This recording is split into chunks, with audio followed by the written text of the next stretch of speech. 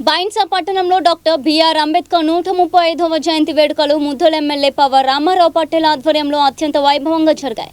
అంబేద్కర్ విగ్రహానికి పూలమాలలు వేసి నివాళులు అర్పించిన ఎమ్మెల్యే త్వరలోనే పట్టణంలో 50 లక్షల రూపాయల వ్యయంతో అంబేద్కర్ భవనం నిర్మించనున్నట్లు శుభవార్త వినిపించారు. ఈ నిధులు మంజూరుకై ఇప్పటికే డిప్యూటీ సీఎం మల్లు బట్టి విక్రమార్క మరియు మంత్రి అడ్లూరి లక్ష్మణ్తో చర్చలు జరిపినట్లు ఆయన వెల్లడించారు. సామాజిక న్యాయానికి పునాది వేసిన అంబేద్కర్ ఆశయాలకు అనుగుణంగా ప్రభుత్వం అణగారిన వర్గాల అభివృద్ధికి కట్టుబడి ఉందని ఆయన స్పష్టం చేశారు. बाबासाहेब आंबेडकरांचा बौद्धमाचा पंचरंगी ध्वजाचा అదేవిధంగా బ్రహ్మం సుపేమం వీరతరాచం సుజనమేతం భీమరావం సరామి భీమరావం సరామి భీమరావం సరామి दिव्य प्रभरत्नतो साधु वरदानतो आद्य कुलभूषणतो भीमराजा सकल विद्यापति ज्ञान सतसंगते शास्त्र शासन मते అన్ని జాగల బాబాసాహెబ్ అంబేద్కర్ జయంతి జన్మదినం ఈరోజు ఘనంగా జరుపుకుంటున్నాం. బాబాసాహెబ్ అంబేద్కర్ అడుగులో ఎక్కడ మధ్యప్రదేశ్ మొహంలో పుట్టిన, బాంబేలో పెద్దగైన, లండన్లో బ్యారిస్టర్ డిగ్రీ తీసుకున్న, ఢిల్లీలో మన రాజ్య ఘటన రాసిన, నాగ్పూర్లో ధర్మ పరివర్తన చేసిన ఘనత ఇలా డాక్టర్ బాబాసాహెబ్ అంబేద్కర్. ఎన్ని గంటలైనా కూడా, ఎన్ని రోజులైనా కూడా ఆయన చరిత్ర గురించి చెప్పాలంటే మనం చెప్పలేము.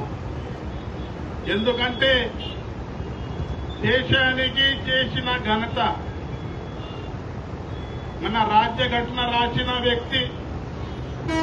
ఇలా మనం 75 సంవత్సరాల నుంచి ఆయన అడుగుజాడలో రాసిన రాజ్య ఘటనలో మనం నడుస్తున్నాం. దేశ ప్రధాని కావచ్చు, రాష్ట్రపతి కావచ్చు, ముఖ్యమంత్రి కావచ్చు, సర్పంచ్ కావచ్చు, వార్డు మెంబర్ కావచ్చు, కౌన్సిలర్ కావచ్చు, నాగతి ఎమ్మెల్యే కూడా కావచ్చు. ఒక ఓటు హక్కు ఇచ్చిన ఘనత ఇలా డాక్టర్ బాబాసాహెబ్ అంబేద్కర్. ఆయన ఒకటే చెప్పాడు, education is must compulsory. Education ఉంటేనే మనం సమాజంలో మంచిగా ఉండొచ్చు, సమాజంలో మనకు న్యాయం జరుగుతుంది, సమాజంలో ఇజ్జత్ దొరుకుతుంది.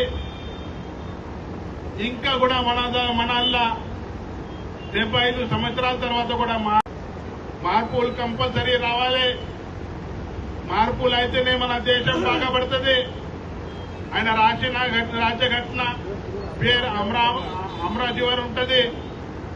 దానికోసం మిత్రులారా, యూత్లలా మీకు అందరికీ నా తరఫున విజ్ఞప్తి చేస్తున్నాను, ఖచ్చితంగా ఆయన అడుగుతాడు.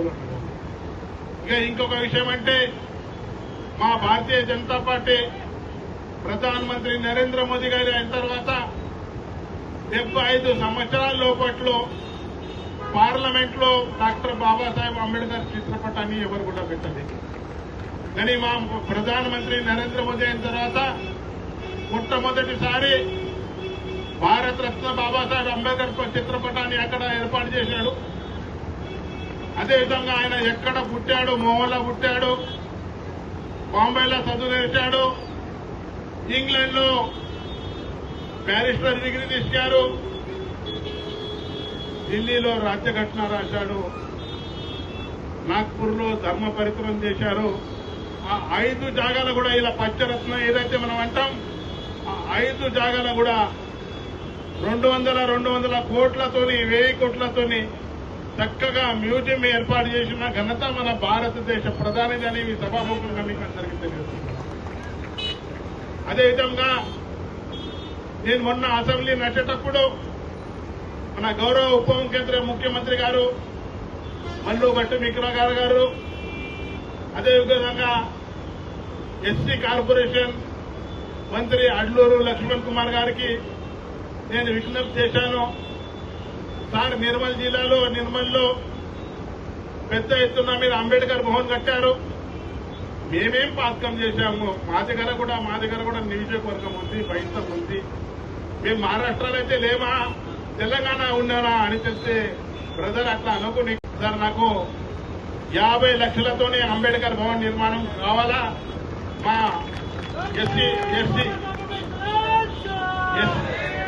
ఎస్సీ సోదరులకు న్యాయం జరుగుతుందని చెప్పడంతో తక్షణమే డిప్యూటీ సీఎం గారు, మన ఎస్సీ మంత్రి లక్ష్మణ్ గారు 50 లక్షల రూపాయలు ఇస్తాను, శాంక్షన్ చేయిస్తాను, మంచిగా అంబేద్కర్ భవన్ కట్టండి అని చెప్పడం జరిగింది.